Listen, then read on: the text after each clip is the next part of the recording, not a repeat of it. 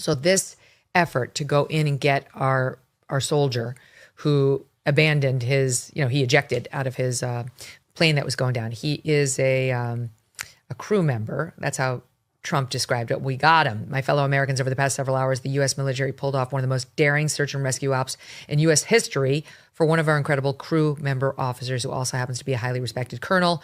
I'm thrilled to let you know he's now safe and sound. He was never truly alone because his commander-in-chief, secretary of war, and chairman of the Joint Chiefs and fellow warfighters were monitoring his location 24/7. And then he says that the military sent dozens of aircraft armed with the most lethal weapons in the world to retrieve him. He sustained injuries, but will be just fine. And then the details are, just quickly, he ejected. He hid in a mountain crevice in a location initially unknown to either Americans trying to rescue him or Iranians trying to capture him. This is per the New York Times and Axios. He's a weapons system officer. He only had a pistol to defend himself. He was equipped with a beacon and a secure communications device, but he restricted the use of his beacon because he was worried about the Iranians detecting it. Per a senior U.S. official to the Times, the airman evaded Iranian forces for more than 24 hours, at one point hiking up a 7,000-foot ridgeline. He was shot down in a region of Iran where there is significant opposition to the Iranian government, reports the Times, and he may have been able to rely on locals for shelter, though that's unclear. We don't know. Per a senior administration official to the Times, the CIA initiated a deception campaign to try to confuse Iranian forces.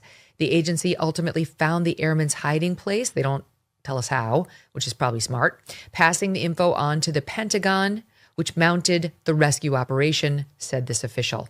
The mission involved hundreds of special forces troops and other military personnel, dozens of U.S. warplanes, helicopters, and cyberspace and other intel capabilities. It was a night mission that took commandos deep into enemy territory. Navy SEAL Team 6 commandos extracted the officer. Can you imagine this guy's face when SEAL Team 6 showed up to get him? Right. Such an awesome moment. Yeah. That's so great. They don't leave anybody behind. I mean, just ask Dakota Meyer. That's how he got his Medal of Honor. Just even the fallen, going back and risking his own life to get man after man after man. Per a senior U.S. military official, commandos converged on the downed airman.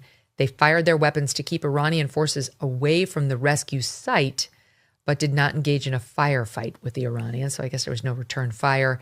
Then the transport planes that were going to carry the commandos and the airmen to safety got stuck at a remote base in Iran.